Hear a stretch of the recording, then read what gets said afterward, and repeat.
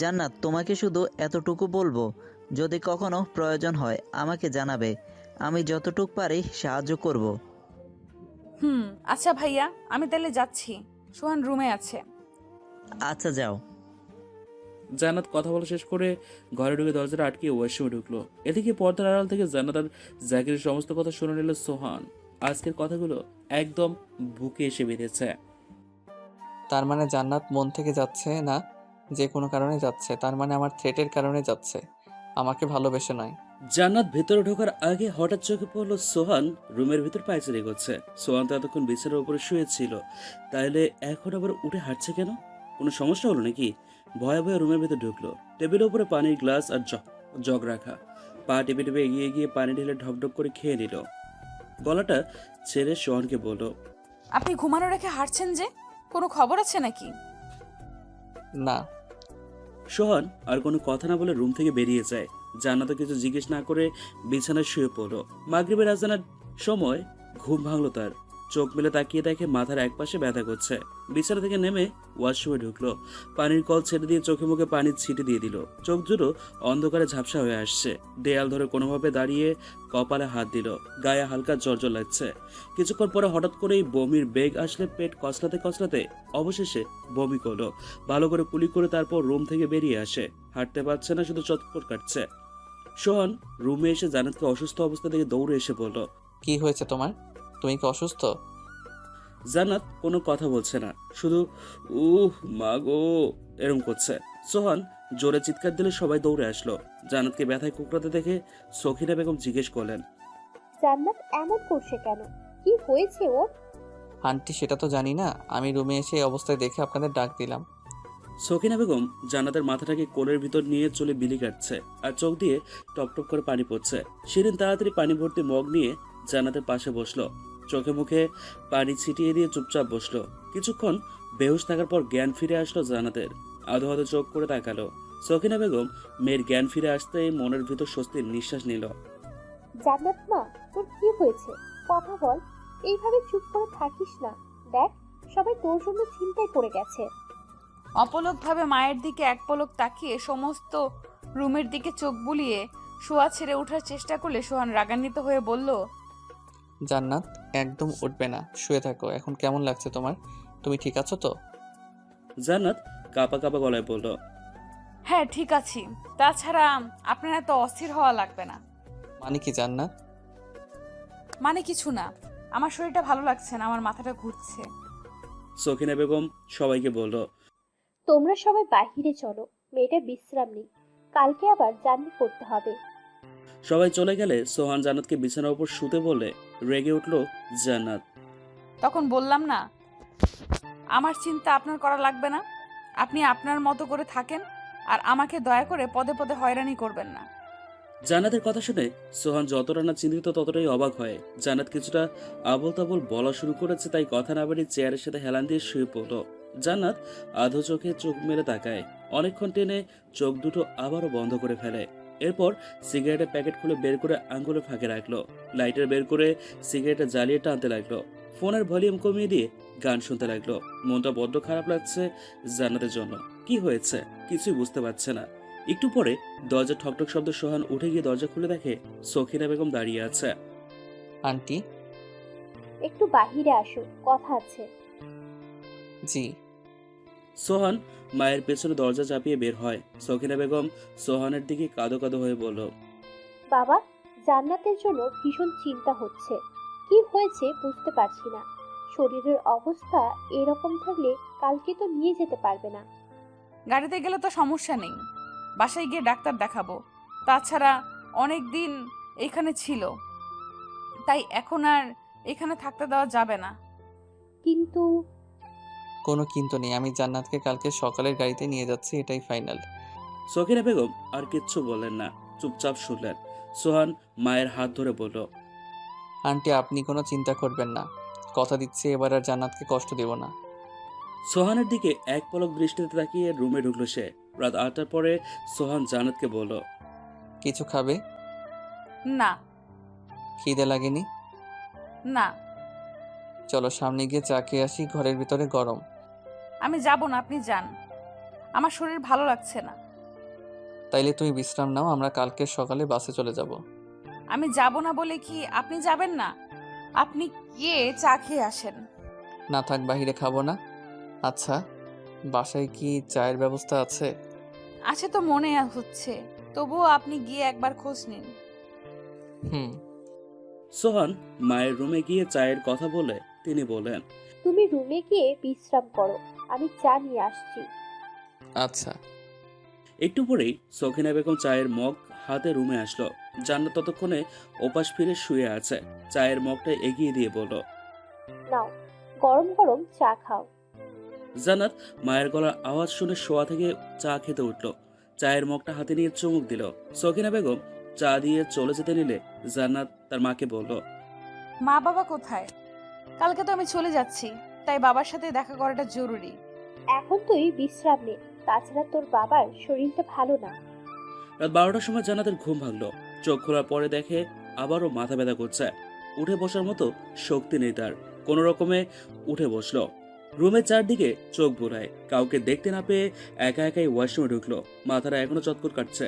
খানিক বাদে পুরো দমে বমি করতে লাগলো। বমি করতে করতে গলাটা আটকে যাচ্ছিল। চিৎকার করছে কিন্তু গলা দিয়ে আওয়াজ বেরোচ্ছে না। মনে হচ্ছে গলাটা যেন কেউ চেপে রেখেছে। বাম হাত দিয়ে কোনোভাবে পানির কলটা ছেড়ে কুলি করে দরজার ঠেলা দিয়ে রুমে ঢোকার জন্য পা বাড়াতে যাবেই তখনই মাথাটা আবারও চক্কর কাটে। জান্নাত পড়ে যেতে নিলে সোহান এসে সামনে নিল। জান্নাতকে কোলে নিয়ে বিছানায় শুয়ে দিয়ে বলল, তোমাকে কতবার বলেছি একা একা কোথাও যাবে না, তবুও গেছে। কিছু হয়ে গেলে তোমাকে কোথায় পেতাম? জানো কতটা টেনশন লাগছে। দেখুন, বেশি ন্যাকামো করবেন না, ভালো লাগছে না। জান্নাত, তুমি এমন করছো কেন? আমি তো আমার ভুলের জন্য অনুতপ্ত। জান্নাত কথা না বাড়িয়ে অন্য পাশে শুয়ে পড়ল। ফজরের নামাজের পরে জান্নাতের বাবা জান্নাতের রুমে এসে দরজায় কড়া নাড়ল। সোহানের ঘুম ভেঙে গেলে সে উঠে দরজাটা খুলে দিল। আঙ্কেল, আপনি এত সকালে? হ্যাঁ বাবা, মেয়েটা কেমন আছে দেখতে এলাম। রাতে শরীরটা বড্ড খারাপ থাকায় আসতে পারিনি। তোমরা কি আজকে চলে যাবে? মেয়েটার যে শরীর ভালো না। হ্যাঁ আঙ্কেল, আজকেই যাব। আপনি কোনো চিন্তা করবেন না। আমি বাড়ি গিয়ে বড় ডাক্তার দেখাবো। তেলের জিনিস অতিরিক্ত খাওয়াতে শরীরটা মনে হয় খারাপ হয়ে গেছে, পেটে বদহজম হয়েছে। জান্নাত তো তেলের জিনিস যতটা পারে ইগনোর করে, তবুও বমি হচ্ছে। বাকিটা কিন্তু স্বাভাবিক লক্ষণ নয়। তুমি একটু ভেবেচিন্তে অগ্রসর হও। হ্যাঁ আঙ্কেল। আচ্ছা আঙ্কেল, দাঁড়িয়ে কেন? ভেতরে আসেন, আমি জান্নাতকে ডেকে দিচ্ছি। জান্নাতকে ডাক দিলে সে ঘুম থেকে উঠল। বাবাকে দেখে কেঁদে দিল সে। বাবা, তুমি আমাকে দেখতে এসেছো? এত দেরি করে আসলে যে? কালকে যদি মরে যেতাম তাইলেই তো আজকে 2 দিন হয়ে যেত। জান্নাতকে বুকের সাথে জাপটে ধরে বলল, মা, এমনটা বলিস না, খুব কষ্ট লাগছে। আমি এমন একটা হতভাগা বাবা যে নিজের মেয়ের জন্য কিছুই করতে পারলাম না। মারে, পারলে তোর এই অপরাধী বাপকে ক্ষমা করে দিস, আর মাঝে মাঝে কল দিস। জান্নাতও বাবাকে জড়িয়ে ধরে কাঁদল। সকাল 7:45 নাস্তা সেরে বাসা থেকে নেমে 8:20 বাস স্ট্যান্ডে পৌঁছালো দুজনেই। 8:30 অর্থাৎ 8:30টায় বাস ছাড়ার কথা থাকলেও 8:40 বাস ছাড়লো। সিটের সাথে হেলান দিয়ে শুয়ে আছে জান্নাত। চোখে মুখে হাজারো চিন্তার ছাপ স্পষ্ট ফুটে উঠেছে। চোখ দিয়ে পানি গড়িয়ে পড়ছে তার। জান্নাত জানালার পাশে সিটের সাথে মাথা ঠেকিয়ে বাইরের দিকে তাকিয়ে আছে। বাতাসে তার সামনের চুলগুলো উড়ে উড়ে চোখের সামনে পড়ছে। সোহান অপলকভাবে তাকিয়ে হাসছে। গাড়ি চলছে। হঠাৎ সোহান জান্নাতের হাত ধরল। জান্নাত চমকে উঠে সোহানের দিকে তাকায়। কিছু বলবেন? তুমি কি এখনো আমার উপরে রেগে আছো? আমি যে অন্যায় করেছি সেটা হয়তো ক্ষমার যোগ্য নয়, তবুও মন দিয়ে ক্ষমা চাইছি। জান্নাত, আমি আমার ভুলের জন্য অনুতপ্ত। তুমি একটিবার আমাকে ভালো হওয়ার সুযোগ দাও। এইভাবে চুপ করে থেকো না প্লিজ। বলো যে আমাকে তুমি ক্ষমা করে দিয়েছো। আপনি কি পাগল হয়ে গেছেন? পাবলিক প্লেসে বসে এসব ঝামেলা করার মানে কি বলুন তো? সবাইকে জানাতে চাচ্ছেন যে আমরা ঝগড়া করে বাসে উঠেছি? এতে কি আপনার সম্মান বাড়বে না কমবে? কি হবে সেটা মুখ্য বিষয় নয়, তুমি আমাকে ক্ষমা করেছো কিনা সেটাই কথা। প্লিজ জান্নাত, এবারের মতো ক্ষমা করে দাও। তুমি ক্ষমা না করলে মনের ভেতরে শান্তি পাচ্ছি না। এইভাবে চুপ করে থেকে আমাকে কষ্ট দিতে কি তোমার ভালো লাগে? জানো আমি কতটা কষ্ট পাচ্ছি? জান্নাত, আমার জন্য কি তোমার একটু মায়া লাগে না? আমি কতটা কষ্ট পাচ্ছি একটু অনুভব করো প্লিজ। এভাবে চুপ করে থেকো না, কথা বলো। আমার ভালো লাগছে না। তুমি আমার কাঁধে মাথা রেখে শুয়ে পড়ো। না। জান্নাত মাথাটা কাত করে সিটের উপরে শুয়ে পড়ল। সোহান দীর্ঘশ্বাস নিয়ে চুপচাপ অন্যদিকে তাকিয়ে রইল। বাস গিয়ে স্টেশনে থামলো। জান্নাতের এখনো ঘুম ভাঙেনি। সোহান জান্নাতের হাতের উপরে তার হাত রাখতেই জান্নাতের ঘুম ভাঙলো। আড়মোড়া দিয়ে সোহানের দিকে তাকায়। আমরা এসে গেছি, নামবে, ওঠো। জান্নাত আস্তে আস্তে উঠে দাঁড়ালো। সোহান লাগেজ হাতে নিতেই বাস থেকে নিচে নামলো। জান্নাত সোহানের পিছনে পিছনে নামলো। বাস স্টেশনে দাঁড়িয়ে আছে দুজনেই। দুপুরের প্রথম প্রখর রৌদ্রে কপাল বেয়ে তরতর করে ঘাম পড়ছে। সোহান এক পলক জান্নাতের দিকে তাকিয়ে সামনের দিকে হাঁটা শুরু করলো। জান্নাত সোহানকে বলছে, শুনুন, আমি হাঁটতে পারছি না, পায়ে প্রচুর পেন করছে। মুখটা ঘুরিয়ে একটু পিছনের দিকে তাকিয়ে বলল, রিক্সা তো পাচ্ছি না, একটু অপেক্ষা করো, এখনই পেয়ে যাব। জান্নাত কথা বলাতে সোহান মনে মনে ভীষণ খুশি হয়েছে। একটু পরে কারো কণ্ঠস্বর শুনে পেছনে ফিরে তাকায় সোহান। রহিম চাচাকে দেখে ঠোঁটের কোণে হাসি ফুটলো তার। চাচা, আপনি কেমন আছেন? আল্লাহ যেমনি রাখছে তেমনি আছি। তা তুমি এই রোদ্রে কই যাইতাছো? লগে মাইয়া ডাকেরা? কোথাও যাচ্ছি না, শ্বশুরবাড়ি থেকে মাত্রই আসলাম। কও কি তুমি বিয়া করলা? মুই তো একটুও শুনলাম না। চুপে চাপে বিয়া করলা? চাচা রাগ করবেন না, আসলে বিয়েটা এত ফাস্ট হয়েছে যার কারণে আমি কাউকে বলতে পারলাম না। হইছে বাবা, এখন তোমরা রিক্সাটায় উঠে পড়ো, আমি তোমাকে বাসায় পৌঁছাই দিয়ে আসি। তাহলে তো ভালোই হয়। সোহান লাগেজ নিয়ে রিক্সায় তুলে জান্নাতকে উঠিয়ে তারপর নিজে উঠে বসল। একটু পর রিক্সা গিয়ে দরজার সামনে থামলো। দোতলা থেকে সাথী দেখতে পেয়ে দৌড়ে নিচে নামলো। জান্নাতের কাছে গিয়ে থমকে দাঁড়ায়। জান্নাতের কাছে যেতেই আনইজি ফিল করছে সাথী। জান্নাত রিক্সা দিয়ে নামতেই সাথী জান্নাতকে জড়িয়ে ধরে জান্নাতও কাঁদলো। সাথী, কেমন আছো? আমি কেমন আছি সেটা জেনে তোমার কি হবে? তুমি কেমন আছো সেটা বলো। আমার ভালো দিয়ে কি করবা? আমাকে তো বেশ করে রেখে গেছে। আজকে কাছে পেয়ে জিজ্ঞেস করছো আমি কেমন আছি? তাহলে শোনো, আমি ভালো আছি। এইভাবে বলছো কেন? আমার শুনে ভীষণ খারাপ লাগছে। সত্যি খারাপ লাগছে ভাবি। তুমি জানো তোমার কারণে মা কতটা চিন্তিত ছিল। তোমাকে মা আমার চেয়েও বেশি ভালোবাসতো, আর তুমি তার কথাটাও একটা বারও ভাবলে না। তুমি চলে যাওয়ার পর থেকে মা ঠিকমতো খাওয়া দাওয়াও করছে না, শুকিয়ে কাঠ হয়ে গেছে। তুমি কি ভেবেছো তোমাকে ছেড়ে ভাইয়াও ভালো আছে? একদম না। ভাবে তুমি যাওয়ার পরে ভাইয়া পাগলের মতো ছটফট করেছে, কিন্তু অসুস্থতার জন্য সে তোমার কাছে যেতে পারেনি। জান্নাত মুখটা পেছনে ঘুরিয়ে সোহানকে দেখতে না পেয়ে অবাক হয়ে যায়। জান্নাতকে বলে, আমাকে কি এখানে দাঁড় করিয়ে রাখবা নাকি ভেতরে আসতে বলবা? শরীরটা খুব খারাপ লাগছে। সরি ভাবি, ভেতরে এসো। দরজা আটকে দিয়ে রুমে ঢুকলাম। সম্পূর্ণ রুমটা তার পছন্দের ফার্নিচার, ওয়ালম্যাট, দেয়ালের দুপাশে বাচ্চাদের ছবি টানানো। জান্নাত দেখছে আর অবাক হচ্ছে। ভাবি, আমি কি চায়ের ব্যবস্থা করছি, তুমি ততক্ষণে বিশ্রাম নাও। চা নয়, কফি দিও। বর্তমানে চায়ের থেকে কফিটা ভালো লাগে। ও হ্যাঁ, শুভ আপু গতকালকে সকালে এসেছে। একটু আগে তার একটা বান্ধবী কল দিয়েছে, তাই সেখানে দেখা করতে গেছে। দুলাভাই ছুটি পায়নি, তবু আপু মায়ের অবস্থা দেখে চলে এসেছে। এটাই তো ভালোবাসার বহিঃপ্রকাশ। সাথীর কথা জান্নাত ভালো করে শুনল।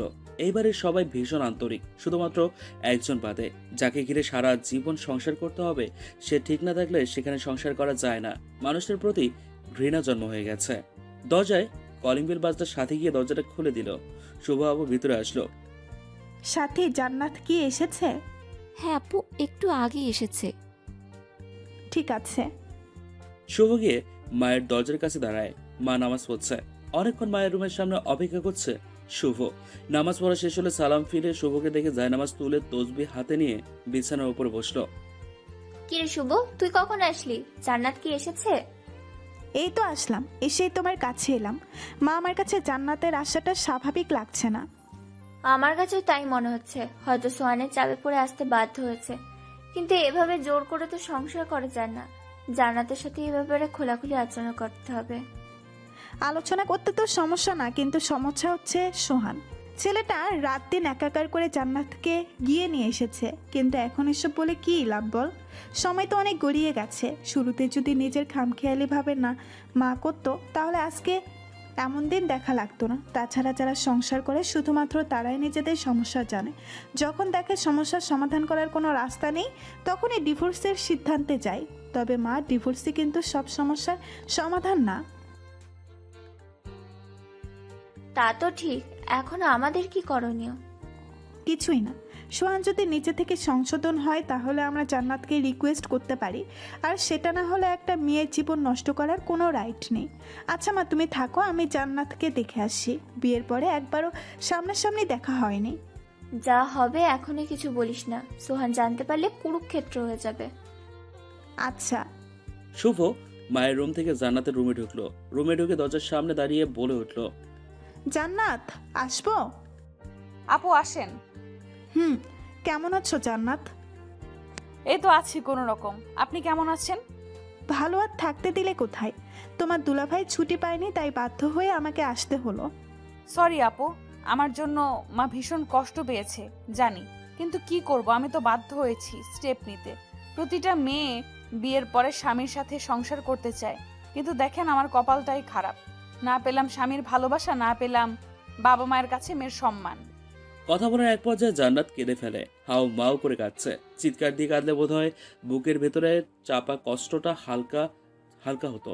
জান্নাত কান্না দেখে শুভ নিজেকে সামলাতে পারলো না। সে জান্নাতকে জড়িয়ে ধরে কাঁদতে লাগলো। জান্নাতকে সান্ত্বনা দেওয়ার মতো কোনো ভাষা খুঁজে পাচ্ছে না। নিজের ভাইয়ের এত বড় অন্যায়টা মেনে নিতে রীতিমতো হিমশিম খাচ্ছে সে। একটা মেয়ে হয়ে কিভাবে এমন সিচুয়েশন আরেকটা মেয়েকে সান্ত্বনা দেবে ভেবেই অস্থির হয়ে যায় শুভ। জান্নাত মাথা নিচু করে কেঁদে যাচ্ছে। এই কান্না যেন থামার নয়। শুভ জান্নাতকে থামানোর জন্য এবার মরিয়া হয়ে ওঠে, কারণ সোহান যদি এ পরিস্থিতি দেখে তবে খুব ঝামেলা করবে। তাছাড়া শুভ কোনো ঝামেলা চায় না। যত তাড়াতাড়ি পারে সবকিছু স্বাভাবিক করাটাই মুখ্য উদ্দেশ্য। সাথে এসে দরজার সামনে এসে খক খক করে কাশি দিয়ে গলাটা ছেড়ে নিল। ভিতরে আসবো? শুভ আর জান্নাত পেছনে ফিরে তাকায়। সাদিকে থেকে শুভ বলল, তুই কি আমার নাটক কি আবার নাটক শুরু করলি? তুই কি আমার নাটক শুরু করলি কবে থেকে? এখানে কি পরপুরুষ আছে যে পারমিশন নিয়ে ঢুকতে হবে? তোর ঘর, তুই যেখানে মন চাই সেখানে ঢুকবি। সাথী ঠোঁট চেপে ধরে হাসলো। কোনোভাবে হাসি আটকে বলল, আপু তুমিও খুব মজা করো। তোমাকে কে বললো যেটা আমার ঘর? মেয়ের ঘর তো একটাই, আর সেটা হয় বিয়ের পর। স্বামীর ঘরই মেয়েদের ঘর। বাবা, তুই তো দেখছি বড় হয়ে গেছিস, সব কিছু গুছিয়ে বলতে পারিস। তোকে দেখলে কেউ বুঝবে না যে তুই এতটা পাক।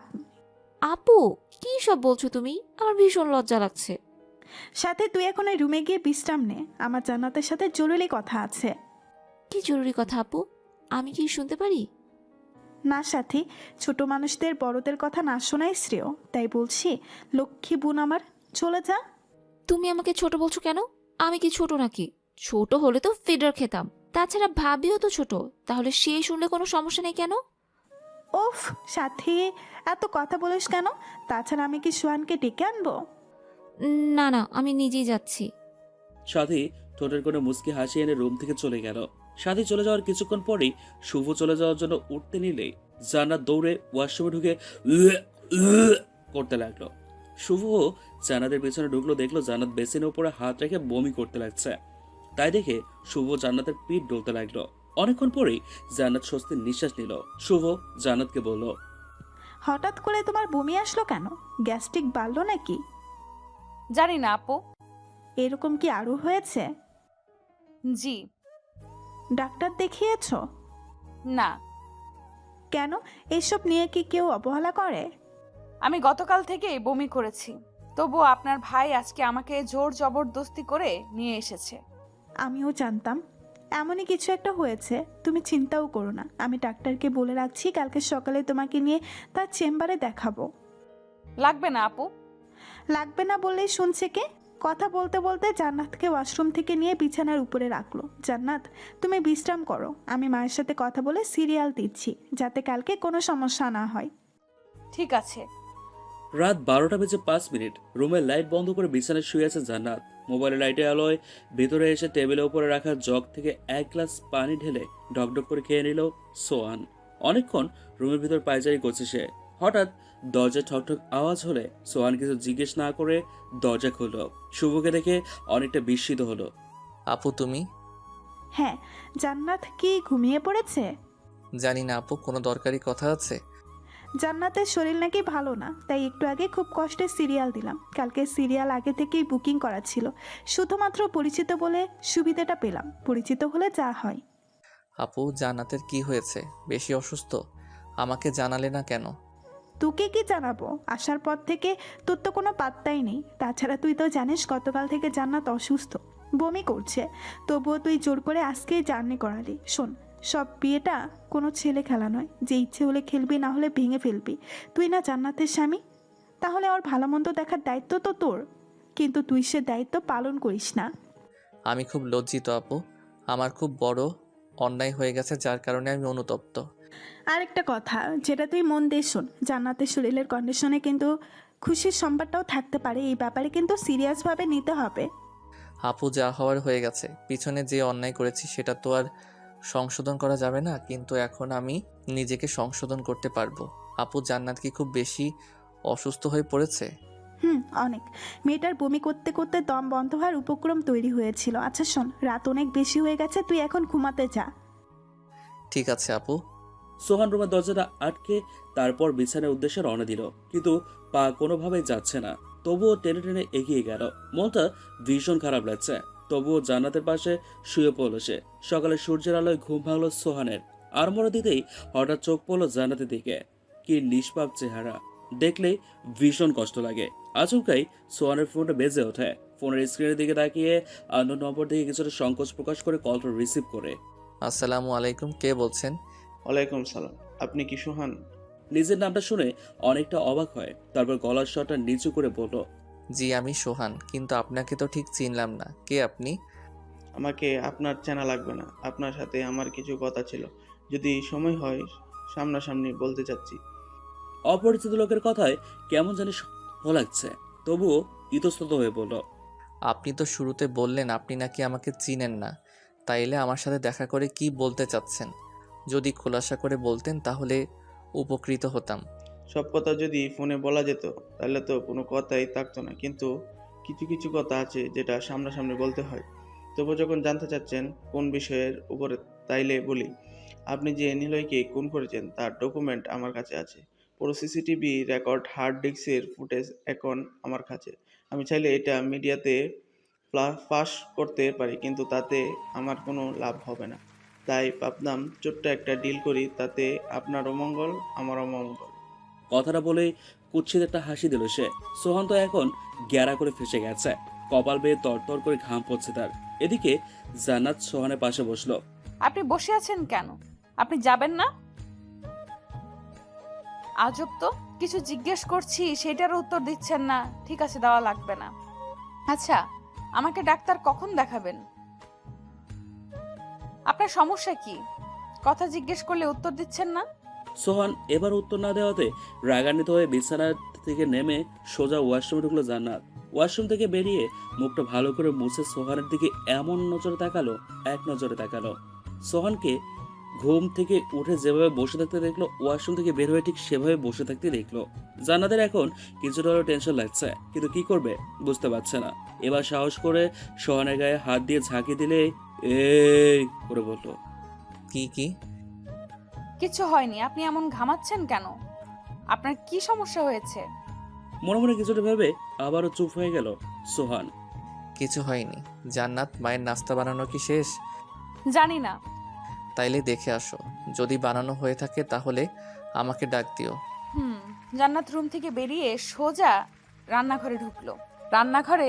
রান্নাঘর খালি, কেউ ওঠেনি এখনো। জান্নাত মায়ের রুমে ঢোকার কথা চিন্তা করেও আবারও সোহানের কাছে গেল। জান্নাত রুমে ঢোকার পরে সাথে আসলো। ভাবি, আজকে মায়ের শরীরটা তেমন ভালো না, তাই আমি উঠতে নিষেধ করেছি।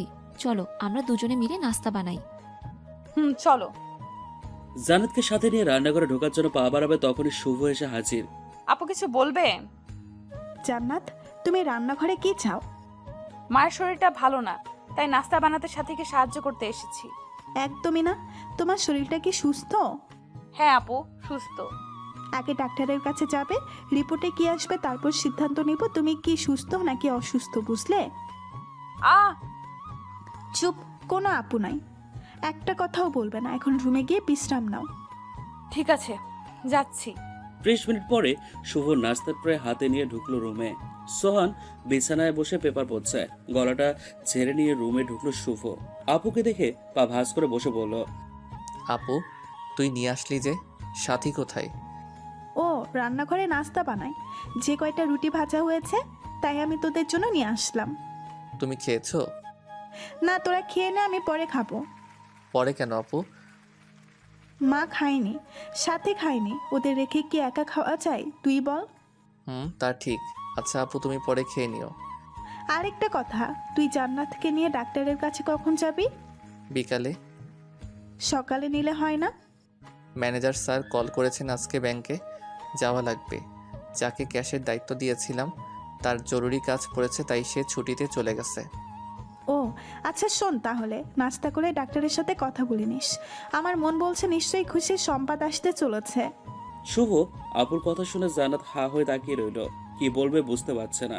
সে কি ভাবছে এটা ভাবতে লজ্জায় লাল হয়ে যায় জান্নাত। সোহান নাস্তা সেরে বেরিয়ে গেল। জান্নাতকে খাটের সাথে শুয়ে দিয়ে শুভ চলে গেল।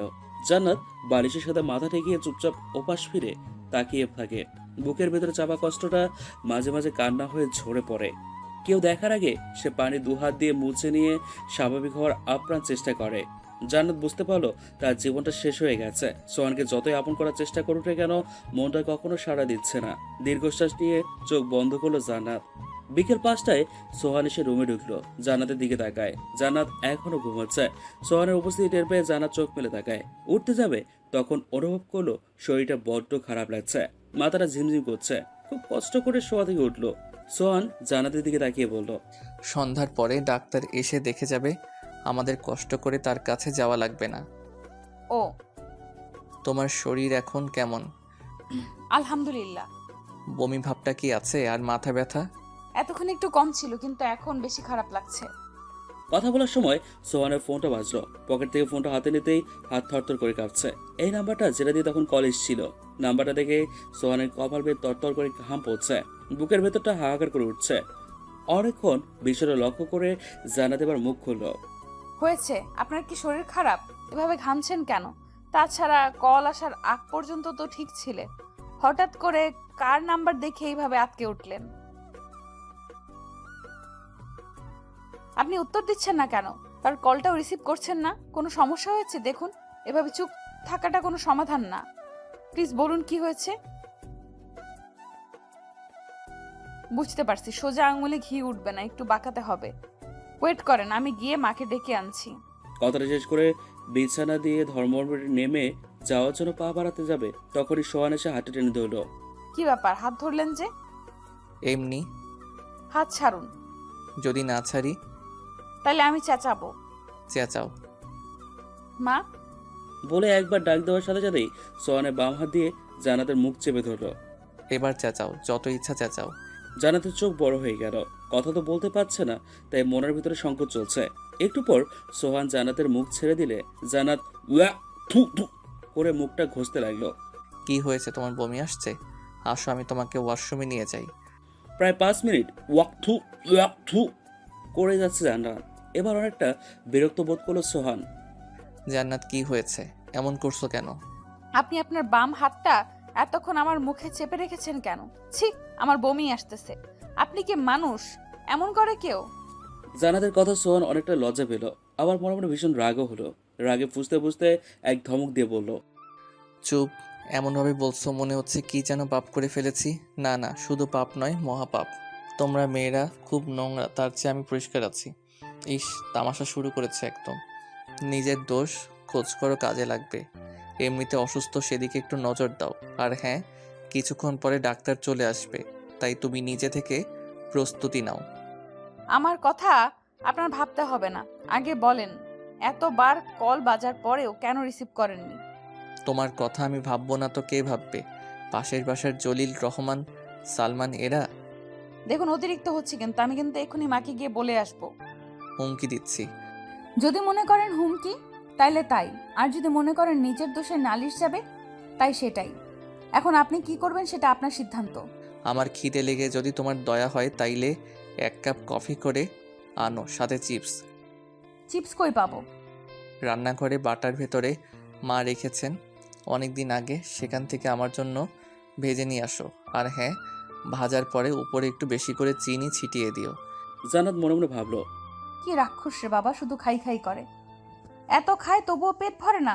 আচ্ছা ঠিক আছে, জান্নাত রান্নাঘরে ঢোকার আগে শুভ আপু জান্নাতকে বলল, রান্নাঘরের সামনে কি বলছেন? আর রিপোর্টে না জানা পর্যন্ত কোনো কাজ করবা না? তবুও এখানে আবার কি মানে আপু বুঝলাম না। মানে? সোজা ডাক্তার এসে রিপোর্ট দিবে, তারপর যেই সিদ্ধান্ত নেবার নেবে। শুভ আপুর কথা শুনে রীতিমতো চমকে গেল জান্নাত। দ্বিতীয়বারের মতো মাথা নাড়িয়ে আপুর কথা ঠোঁটের কোণে মুচকি হাসি এনে বলল, আচ্ছা আপু, আমি যাচ্ছি। হুম। জান্নাত রুমে ঢুকতেই মাগরিবের আজান কানে ভেসে আসলো। সোজা ওয়াশরুমে ঢুকে উঁচু করে বেরিয়ে নামাজ আদায় করে বিছানার উপর বসলো। সোহান কিছুক্ষণ পরে রুমে ঢুকলো। সোহানের মাথায় টুপি দেখে কিছুটা বিস্মিত হলো জান্নাত। বিয়ের পরে আজকে এই প্রথম তাকে টুপি পরে রুমে আসতে দেখলো। ব্যবসা দেখে মনে হচ্ছে নামাজ পড়ে এসছে। জান্নাত বলার জন্য মুখ খুলবে তখনই দরজায় বেল পড়লো। সোহান রুম থেকে বেরিয়ে দরজার কাছে গেল। খুলে ডক্টর দেখে খুশিতে আত্মহারা হওয়ার মতো উপক্রম হয়েছে। মনে হচ্ছে সে চাঁদ পেয়েছে। চশমার ফ্রেমটা হাতে নিয়ে হাত দিয়ে চোখের উপর ভালো করে চাপিয়ে দিয়ে বলল, কি ব্যাপার সোহান, তোমাকে আজ বেশ উল্লাস দেখাচ্ছে? নিশ্চয়ই কোনো খুশির সুসংবাদ, তাই না?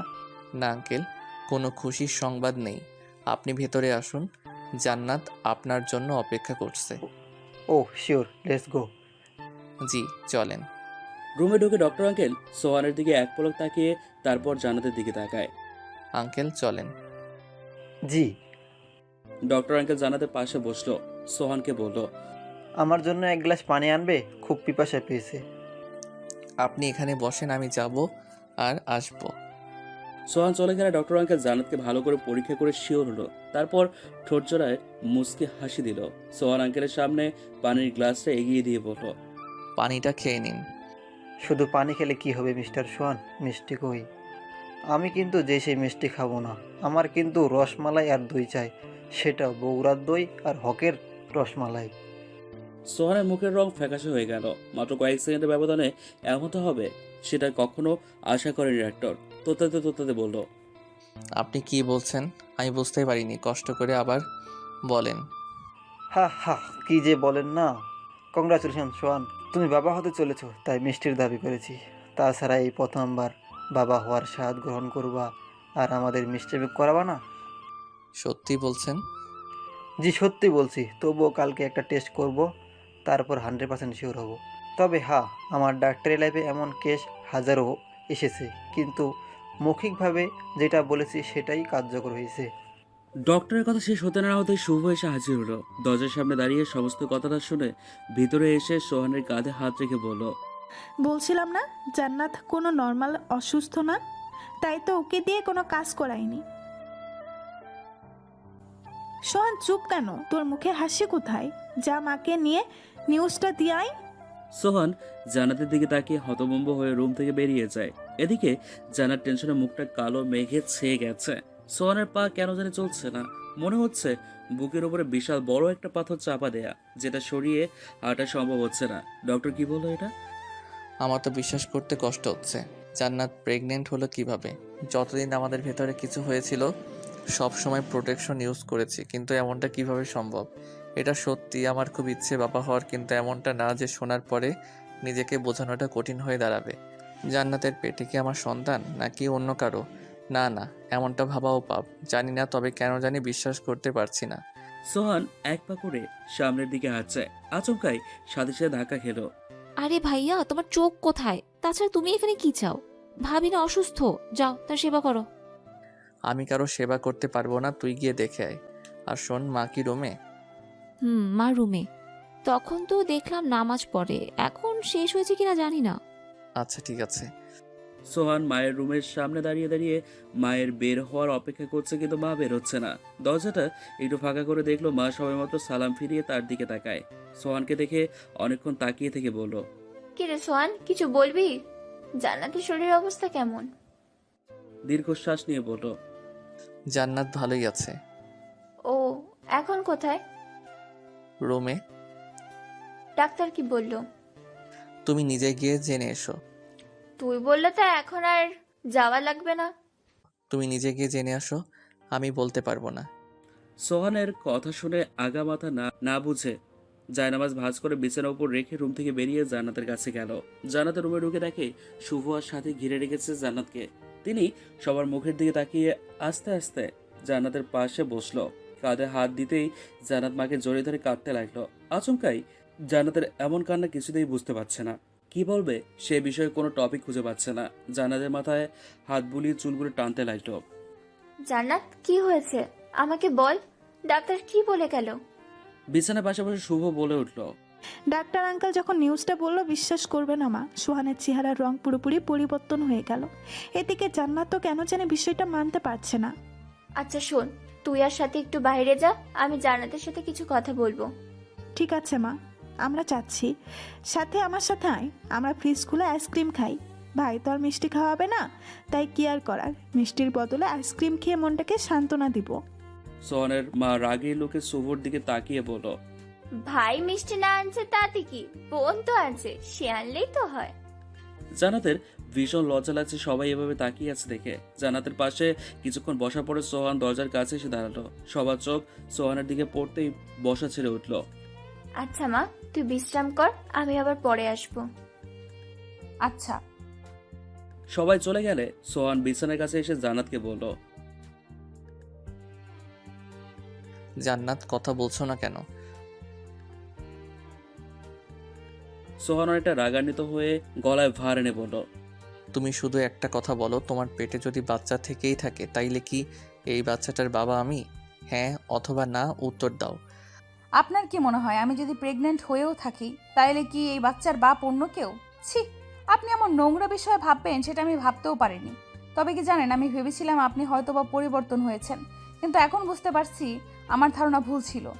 মানুষ যে এতটা নোংরা মেন্টালিটির হয় জানতাম না। সত্যি আপনাকে যত দেখছি ততই মুগ্ধ হচ্ছি। শোনেন, আমরা গরিব হতে পারি কিন্তু চরিত্র একদম খাঁটি। যদি তাই না হতো আপনাকে ডিভোর্স দিয়ে আমি জাকির ভাইকে বিয়ে করতাম। আপনার ডিভোর্স দেওয়ার অনেক কারণ ছিল আমার কাছে, সেটা তো আপনি নিশ্চয়ই জানেন। জান্নাতের কথাগুলো ছুরির মতো গিয়ে বিঁধল সোহানের বুকে।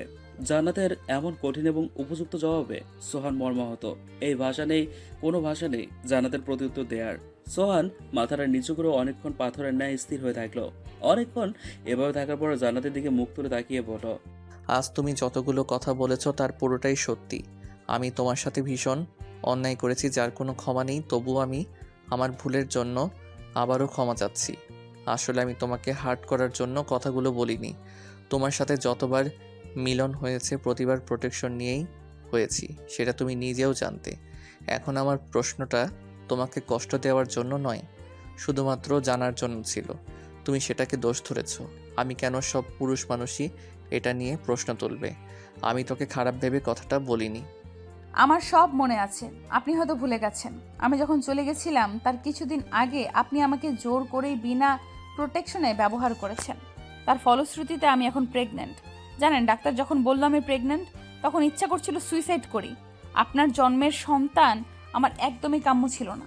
স্বামী স্ত্রীর মতের উপরে নির্ভর করে তারা কখন বেবি কনসেপ্ট করবে, তখন না করবে, আর এটা তারা বিয়ের পরেই পরিকল্পনা করে রাখে। কিন্তু আমার ক্ষেত্রে এগুলো কিছুই ছিল না। প্রতিটি মেয়ের নিজস্ব একটা স্বপ্ন থাকে, বিয়ের পরে স্বামীকে নিয়ে অনেক প্ল্যান থাকে, কিন্তু আমার কিছুই হলো না। সত্যি আমি একটা অভাগী। কথায় তো আছে, অভাগী যেখানে যায় তার সব রাস্তা আপনা আপনি বন্ধ হয়ে যায়। জান্নাত প্লিজ, আমাকে ভুল বোঝো না। আমি স্বীকার করছি তোমার পেটের সন্তান আমার। হাসালেন আমাকে মিস্টার সোহান, হাসালেন আমাকে মিস্টার সোহান। আপনি স্বীকার করেন আর নাই বা করেন, তাতে আমার কিছুই আসে যায় না। আমি যদি সত্যিই প্রেগনেন্ট হয়ে থাকি তাহলে এই সন্তান আমি অ্যাবর্শন করিয়ে ফেলবো। আমি কারো সন্তানকে আমার পেটে ঠাঁই দিতে পারবো না। জান্নাতের এমন নিষ্ঠুর উত্তরে সোহান আবেগে আপ্লুত হয়ে নিষ্পাপ দৃষ্টিতে তাকিয়ে চোখের জল ছেড়ে দিল। জান্নাত মুখটা ঘুরিয়ে পেছনের দিকে তাকায়। চোখ পানিতে টলমল করছে, বুক ফিরে হাহাকার করছে, তবুও সোহানের কাছে ধরা দিচ্ছে না। সোহান ধপাস করে ফ্লোরে বসে পড়ল। জান্নাত, তুমি কি কথা শোনালে? আমি যে সহ্য করতে পারছি না। তুমি আমার সন্তানকে মেরে ফেলতে পারবে? তুমি এত বড় কথাটা কিভাবে বললে আমি তো ভাবতে পারছি না।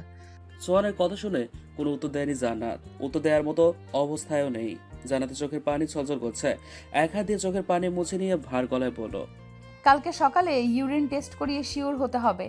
যদি শুনি সত্যি আমি প্রেগনেন্ট তাহলে যা বললাম তাই করব। সোহান বসা ছেড়ে জান্নাতের হাত ধরে অনুনয়ের সহিত বলল। তুমি যেমনটা ভাবছো তেমনটা নয়। সত্যি আমি অন্য কোনো উদ্দেশ্য নিয়ে তোমাকে কিছু বলিনি। আমি তো শুধুমাত্র। কথাটা শেষ হওয়ার আগেই জান্নাত গর্জে উঠে চেঁচাতে লাগলো। মিস্টার সোহান, আপনি কি আমাকে বোকা ভাবছেন? আপনি কি ভাবছেন সেটা আমি ভালো করেই জানি। আমাকে ওসব বলে কোনো লাভ নেই। সব কিছুর একটা লিমিট আছে। আপনি প্লিজ আমাকে স্পর্শ করবেন না। কি বলছো এসব? আমি তোমার স্বামী, আমাকে এমন কথা বলতে কষ্ট হচ্ছে না? তুমি কি আদৌ জানতে নাকি অন্য কেউ? আমার জান্নাত তো এমন কথা কখনো বলে না। হাজারো কষ্ট দিয়েছি, সবটা মুখ বুজে সহ্য করেছে। তখন আমি অন্যায় করেছি, সেটা আমি উপলব্ধি করতে পারছি। জীবনে কারো কাছে মাথা নত করিনি, কিন্তু তোমার কাছে করেছি। কেন জানো? কারণ সত্যি আমি তোমাকে ভালোবেসে ফেলেছি। সারা জীবন আমার পাশে তোমাকেই চাই। জান্নাত, আমাকে তুমি ফিরিয়ে দিও না। বড্ড ভালোবাসি তোমায়।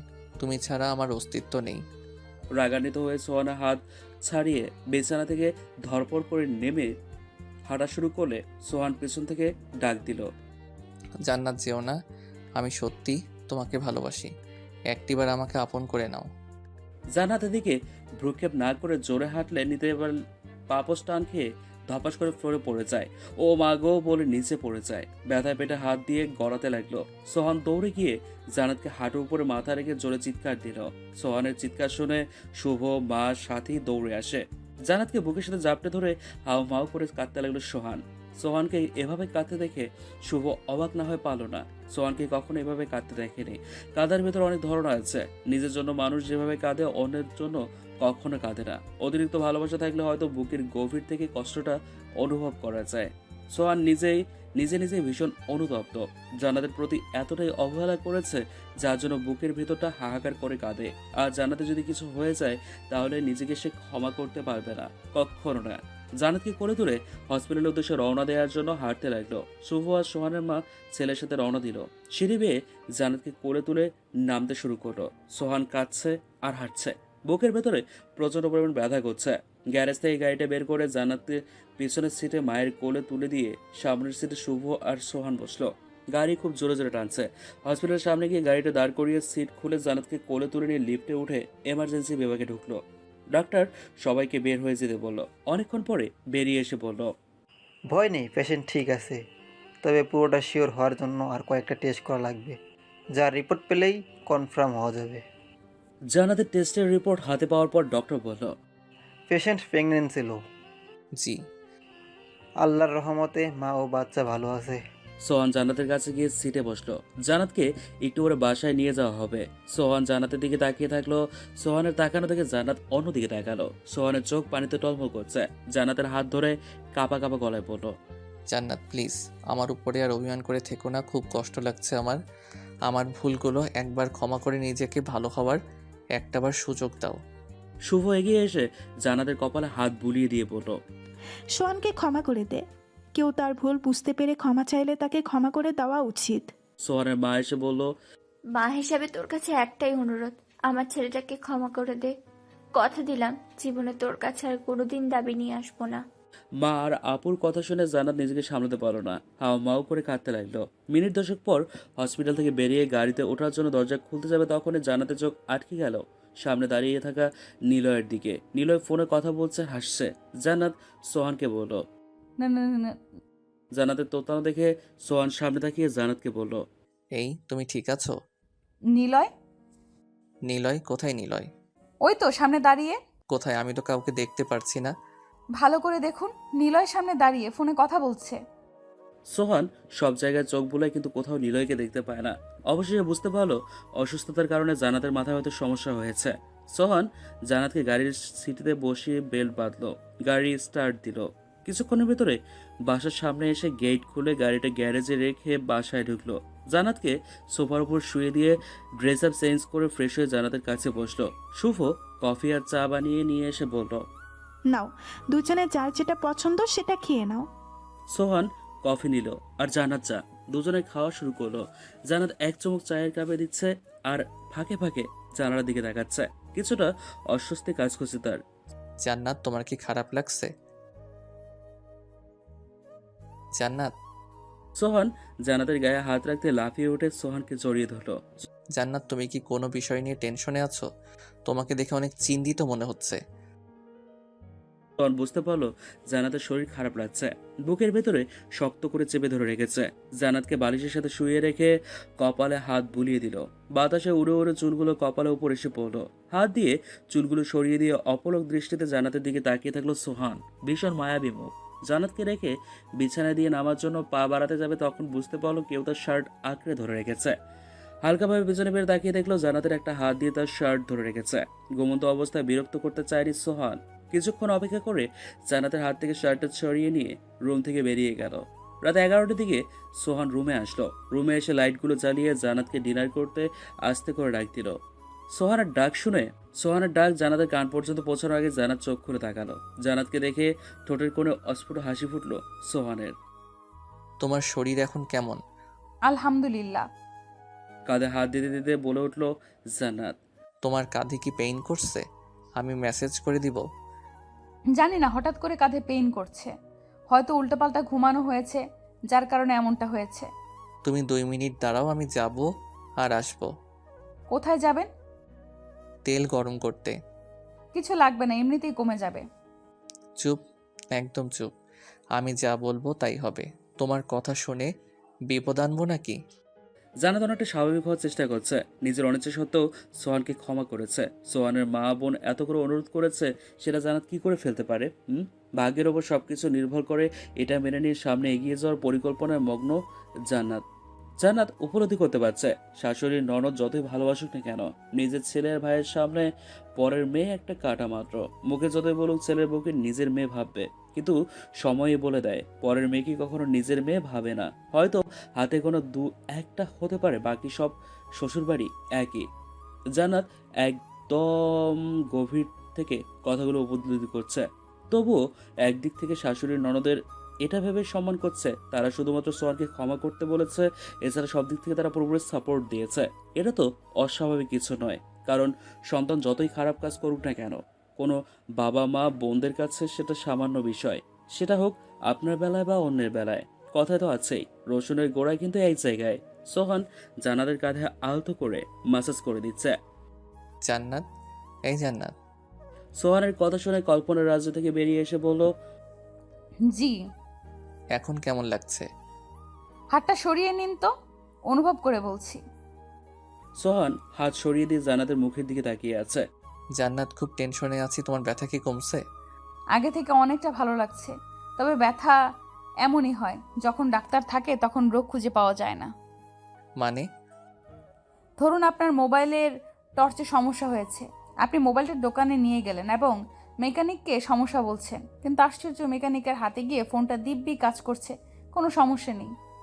আপনি ফোনটা নিয়ে চলে আসলেন, আসার সময় মেকানিকের মজুরি বাবদ 200 টাকা দিয়ে এলেন, তাছাড়া আসা যাওয়ার গাড়ি ভাড়া সহ প্রায় 300 টাকা গেছে। বাসায় এসে মনের খুশিতে সোফার উপরে শুয়ে পায়ের উপর পা তুলে ফোনটা ধরলেন, ওয়াইফাই লাইনে কানেক্ট করলেন এবং মেসেঞ্জারে মেসেজ আসলো, বান্ধবীর মেসেজ। এটা দেখে তো আপনার ঠোঁটের কোণে হাসি ফুটলো, কারণ বউ এখন বেভোরে ঘুমাচ্ছে। এই ফাঁকে বান্ধবীর সাথে কিছুক্ষণ টাঙ্কি মারা যাক ভেবে মেসেজ টাইপিং করতে গিয়ে লিখলেন, আই মিস ইউ। টাচে না কাজ করার কারণে লাভ ইউ। বাহ, এটা দেখে তো বান্ধবী মহা খুশি। ফিরতি রিপ্লাই আসলো, আই লাভ ইউ টু জান। আচমকায় পেছনে তাকিয়ে দেখেন বউ রাগে কটমট করে তাকিয়ে আছে, এখনই কাঁচা গিলে খাবে। মোবাইলটা হাত থেকে ফ্লোরে পড়ে টর্চটা ফেটে গেল।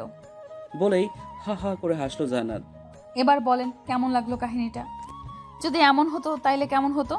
মুখটা ভেঙচি কেটে বলল, যদি ফোনে এমন টাচের সমস্যা হতো তাইলে ফোনটাকে ডাস্টবিনে ছুঁড়ে ফেলে দিতাম আর নতুন একটা আইফোন কিনতাম। বলেই দাঁতগুলো বের করে হাসলো। হঠাৎ ঘড়ির দিকে চোখ পড়লো সোহানের, দেখলো 1:45 বাজে। জান্নাত, কয়টা বাজে দেখছো? খাওয়া লাগবে না? ওষুধ আছে, সেটা কি ভুলে গেছো? আমিও আজকে তোমার গল্পের ভিতরে ডুবেছিলাম, অনেক দিন পরে স্বস্তির নিঃশ্বাস ফেললাম। দুজনের রাতে ডিনার সেরে শুয়ে পড়ল। সকালবেলা শুভর ডাকে দুজনের ঘুম ভাঙলো। সোহান আড়মোড়া দিয়ে জান্নাতকে জাপটে ধরে কাঁধ থেকে চুলগুলো সরিয়ে দিয়ে আলতো করে চুমু খেলো। জান্নাত মুখ লুকিয়ে মুচকি হেসে বলল, সকালবেলা কি শুরু করলেন? কি শুরু করব? বউকে একটু আদর করলাম। জান্নাত, তুমি তো পড়াশোনাটা ঠিক মতো করবে কেমন? আমি চাই তুমি নিজে শিক্ষিত হও, কারণ একটা সন্তানের জন্য একজন শিক্ষিত মা খুব জরুরি। তোমাকে দিয়ে চাকরি করার তোমাকে দিয়ে চাকরি করাবো না ঠিক আছে, তবুও তুমি শিক্ষিত হবে এটাই চাই। তাইলে আজ থেকে মন দিয়ে পড়াশোনা করবে, কেমন? মাথা নাড়িয়ে হ্যাঁ সূচক সম্বোধন করলো জান্নাত। সোহান বিছানা দিয়ে নেমে ফ্রেশ হয়ে নাস্তার টেবিলে গেল। জান্নাত যায়নি বলে সবাই জিজ্ঞেস করলো, জান্নাত কোথায়? সকালে ওষুধ নেই, খাবে কখন? নিয়ম মেনে না চললে তো বাচ্চার সমস্যা হবে। এমনিতেই মেয়েটা এতটা উইক যা বলার মতো না। জান্নাত কথা বলার মাঝে এসে পড়ল। এই তো আমি এসে পড়েছি। শুভ আপু জান্নাতকে দেখে হাসলো। এই তো জান্নাত এসে পড়েছে। নাস্তার টেবিলে বসে সবাই নাস্তা খাচ্ছে। তখনই দরজা বেল পড়লো। সোহান চেয়ার ছেড়ে উঠে দরজাটা খুলে দিয়ে অবাক হলো। আন্টি আপনি? সোহাকে জড়িয়ে ধরলে কাঁদতে শুরু করলো নিলয়ের মা জাহানারা বেগম। বাবা, তুমি জানো আমার ছেলে নিলয় আর বেঁচে নেই? হ্যাঁ আন্টি জানি।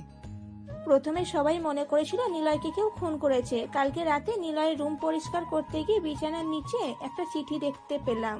কৌতূহলবশত চিঠিটা খুলে পুরোটা পড়ে বিস্মিত হলাম।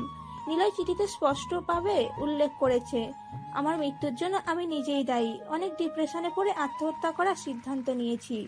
জীবনে অনেক চাওয়া পাওয়া পূর্ণ হলেও শেষ চাওয়াটা সোহানের কারণে পূর্ণ হয়নি। সোহান এখন সুখে আছে, কিন্তু আমার সুখ কপালে ছিল না বলেই আজ আমি এত বড় সিদ্ধান্ত নিয়েছি। একদম শেষ লাইনে লেখা ছিল, মা আমাকে তুমি ক্ষমা করে দিও। জানি একদিন তোমার হাতে এই চিঠিটা থাকবে আর তখন তুমি কাঁদবে, কিন্তু বিশ্বাস করো মা, তখন আমি অনেক দূরে থাকবো, যেখান থেকে কেউ আর ফেরত আসতে পারবে না। তুমি সোহানের মাঝে আমাকে খুঁজে নিও। কথাটা বলতে বলতে কান্নায় ভেঙে পড়লো জাহানারা বেগম। সোহানকে নিজেকে সামলাতে না পেরে জাহানারা বেগমকে জড়িয়ে ধরলো। মা এক ছেলে নেই তো কি হয়েছে, আরেক ছেলে তো আছে। শুভ এসে বলল, আন্টি আমাকে কি আপনার পর মনে হয়? আমরা থাকতে আপনার এত চিন্তা করা লাগবে না। ছেলের সাথে সাথে আরো 3 মেয়ে পেলাম।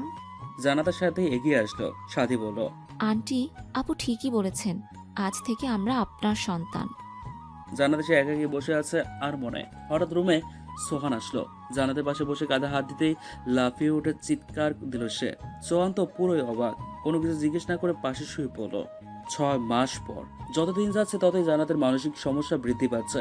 ঘুমের ভিতরে চিৎকার দিয়ে লাফিয়ে ওঠা, একা একা উচ্চস্বরে হাসা, একা একা কথা বলা, এটা ওর প্রতিদিনের রুটিন হয়ে দাঁড়িয়েছে। মানুষ যখন অতিরিক্ত ডিপ্রেশনে ভুগতে থাকে তখন নিজের স্বাভাবিক জ্ঞান থাকে না, এটা কোনো অবাস্তব না, অবাস্তব কথা নয়। সেদিনের পর থেকে সোহান জানাতের প্রতি নিজের চেয়েও বেশি যত্ন নিচ্ছে।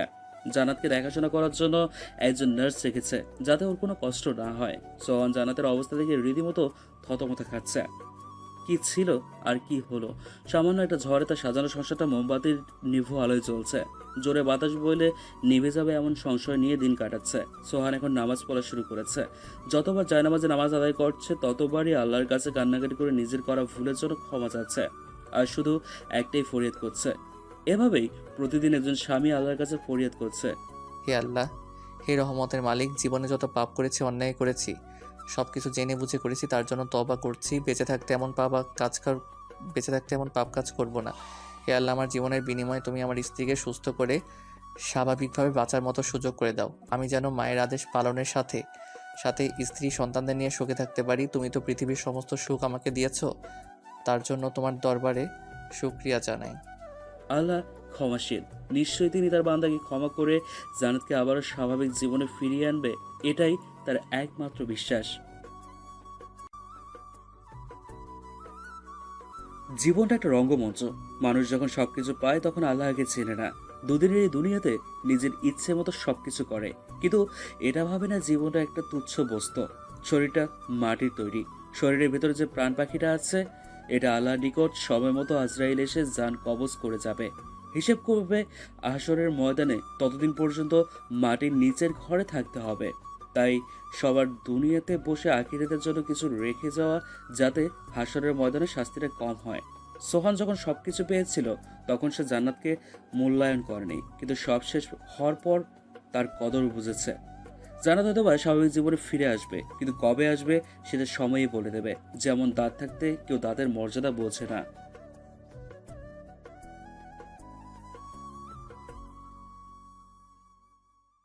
কেমন হতো? মুখটা ভেঙচি কেটে বলল, যদি ফোনে এমন টাচের সমস্যা হতো তাইলে ফোনটাকে ডাস্টবিনে ছুঁড়ে ফেলে দিতাম আর নতুন একটা আইফোন কিনতাম। বলেই দাঁতগুলো বের করে হাসলো। হঠাৎ ঘড়ির দিকে চোখ পড়লো সোহানের। দেখলো 1:45 বাজে। জান্নাত, কয়টা বাজে দেখছো? খাওয়া লাগবে না? ওষুধ আছে সেটা কি ভুলে গেছো? আমিও আজকে তোমার গল্পের ভেতরে ডুবেছিলাম। অনেক দিন পরে স্বস্তির নিঃশ্বাস ফেললাম। দুজনে রাতে ডিনার সেরে শুয়ে পড়ল। সকালবেলা শুভর ডাকে দুজনের ঘুম ভাঙলো। সোহান আড়মোড়া দিয়ে জান্নাতকে জাপটে ধরে কাঁধ থেকে চুলগুলো সরিয়ে দিয়ে আলতো করে চুমু খেলো। জান্নাত মুখ লুকিয়ে মুচকি হেসে বলল, সকালবেলা কি শুরু করলেন? কি শুরু করব? বউকে একটু আদর করলাম। জান্নাত, তুমি তো পড়াশোনাটা ঠিক মতো করবে কেমন? আমি চাই তুমি নিজে শিক্ষিত হও, কারণ একটা সন্তানের জন্য একজন শিক্ষিত মা খুব জরুরি। তোমাকে দিয়ে চাকরি করাবো না, ঠিক আছে, তবুও তুমি শিক্ষিত হবে, এটাই চাই। তাইলে আজ থেকে মন দিয়ে পড়াশোনা করবে কেমন? মাথা নাড়িয়ে হ্যাঁ সূচক সম্বোধন করলো জান্নাত। সোহান বিছানা দিয়ে নেমে ফ্রেশ হয়ে নাস্তার টেবিলে গেল। জান্নাত যায়নি বলে সবাই জিজ্ঞেস করলো, জান্নাত কোথায়? সকালে ওষুধ নেই, খাবে কখন? নিয়ম মেনে না চললে তো বাচ্চার সমস্যা হবে। এমনিতেই মেয়েটা এতটা উইক যা বলার মতো না। জান্নাত কথা বলার মাঝে এসে বলল। এই তো আমি এসে পড়েছি। শুভ আপু জান্নাতকে দেখে হাসলো। এই তো জান্নাত এসে পড়েছে। নাস্তার টেবিলে বসে সবাই নাস্তা খাচ্ছে। তখনই দরজা বেল পড়লো। সোহান চেয়ার ছেড়ে উঠে দরজাটা খুলে দিয়ে অবাক হলো। আন্টি আপনি? সোহাকে জড়িয়ে ধরলে কাঁদতে শুরু করলো নিলয়ের মা জাহানারা বেগম। বাবা, তুমি জানো আমার ছেলে নিলয় আর বেঁচে নেই? হ্যাঁ আন্টি জানি। প্রথমে সবাই মনে করেছিল নিলয়কে কেউ খুন করেছে। কালকে রাতে নিলয়ের রুম পরিষ্কার করতে গিয়ে বিছানার নিচে একটা চিঠি দেখতে পেলাম। কৌতূহলবশত চিঠিটা খুলে পুরোটা পড়ে বিস্মিত হলাম। নিলয় চিঠিতে স্পষ্টভাবে উল্লেখ করেছে, আমার মৃত্যুর জন্য আমি নিজেই দায়ী। অনেক ডিপ্রেশনে পড়ে আত্মহত্যা করার সিদ্ধান্ত নিয়েছি। জীবনে অনেক চাওয়া পূর্ণ হলেও শেষ চাওয়াটা সোহানের কারণে পূর্ণ হয়নি। সোহান এখন সুখে আছে, কিন্তু আমার সুখ কপালে ছিল না বলেই আজ আমি এত বড় সিদ্ধান্ত নিয়েছি। একদম শেষ লাইনে লেখা ছিল, মা আমাকে তুমি ক্ষমা করে দিও, জানি একদিন তোমার হাতে এই চিঠিটা থাকবে আর তখন তুমি কাঁদবে, কিন্তু বিশ্বাস করো মা, তখন আমি অনেক দূরে থাকবো, যেখান থেকে কেউ আর ফেরত আসতে পারবে না। তুমি সোহানের মাঝে আমাকে খুঁজে নিও। কথাটা বলতে বলতে কান্নায় ভেঙে পড়লো জাহানারা বেগম। সোহানকে নিজেকে সামলাতে না পেরে জাহানারা বেগমকে জড়িয়ে ধরলো। মা, এক ছেলে নেই তো কি হয়েছে, আরেক ছেলে তো আছে। শুভ এসে বলল, আন্টি আমাকে কি আপনার পর মনে হয়? আমরা থাকতে আপনার এত চিন্তা করা লাগবে না। ছেলের সাথে সাথে আরো 3 মেয়ে পেলাম।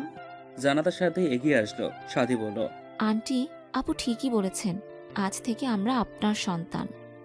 জানাতে সে একাকি বসে আছে আর মনে। হঠাৎ রুমে সোহান আসলো। জানাতের পাশে বসে কাঁধে হাত দিতেই লাফিয়ে উঠে চিৎকার দিল সে। সোহান তো পুরোই অবাক, কোনো কিছু জিজ্ঞেস না করে পাশে শুয়ে পড়লো। 6 মাস পর। যতদিন যাচ্ছে ততই জানাতের মানসিক সমস্যা বৃদ্ধি পাচ্ছে। ঘুমের ভিতর চিৎকার দিয়ে লাফিয়ে ওঠা, একা একা উচ্চস্বরে হাসা, একা একা কথা বলা, এটা ওর প্রতিদিনের রুটিন হয়ে দাঁড়িয়েছে। মানুষ যখন অতিরিক্ত ডিপ্রেশনে ভুগতে থাকে তখন নিজের স্বাভাবিক জ্ঞান থাকে না, এটা কোনো অবাস্তব না, অবাস্তব কথা নয়। সেদিনের পর থেকে সোহান জানাতের প্রতি নিজের চেয়েও বেশি যত্ন নিচ্ছে। জানাতকে দেখাশোনা করার জন্য একজন নার্স রেখেছে, যাতে ওর কোনো কষ্ট না হয়। সোহান জানাতের অবস্থা দেখে রীতিমতো থতমত খাচ্ছে। কি ছিল আর কি হলো? সামান্য একটা ঝড়ে তার সাজানো সংসারটা মোমবাতির নিভু আলোয় জ্বলছে। জোরে বাতাস বইলে নিভে যাবে এমন সংশয় নিয়ে দিন কাটাচ্ছে। সোহান এখন নামাজ পড়া শুরু করেছে।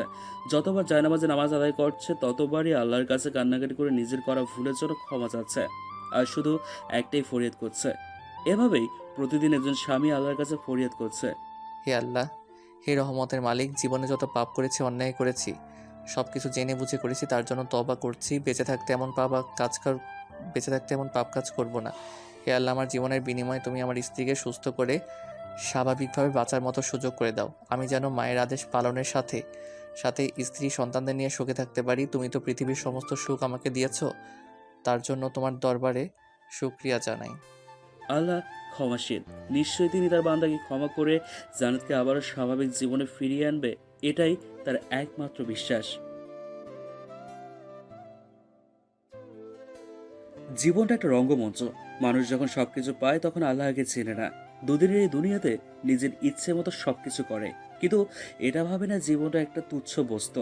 শরীরটা মাটির তৈরি, শরীরের ভেতরে যে প্রাণ পাখিটা আছে এটা আল্লাহর নিকট সময় মতো আজরাইল এসে জান কবজ করে যাবে, হিসেব করবে হাসরের ময়দানে। ততদিন পর্যন্ত মাটির নিচের ঘরে থাকতে হবে। তাই সবার দুনিয়াতে বসে আখিরাতের জন্য কিছু রেখে যাওয়া, যাতে হাসরের ময়দানে শাস্তিটা কম হয়। সোহান যখন সবকিছু পেয়েছিল তখন সে জান্নাতকে মূল্যায়ন করেনি, কিন্তু সব শেষ হওয়ার পর তার কদর বুঝেছে। জান্নাত হয়তো বা স্বাভাবিক জীবনে ফিরে আসবে, কিন্তু কবে আসবে সেটা সময়ই বলে দেবে। যেমন দাঁত থাকতে কেউ দাঁতের মর্যাদা বোঝে না।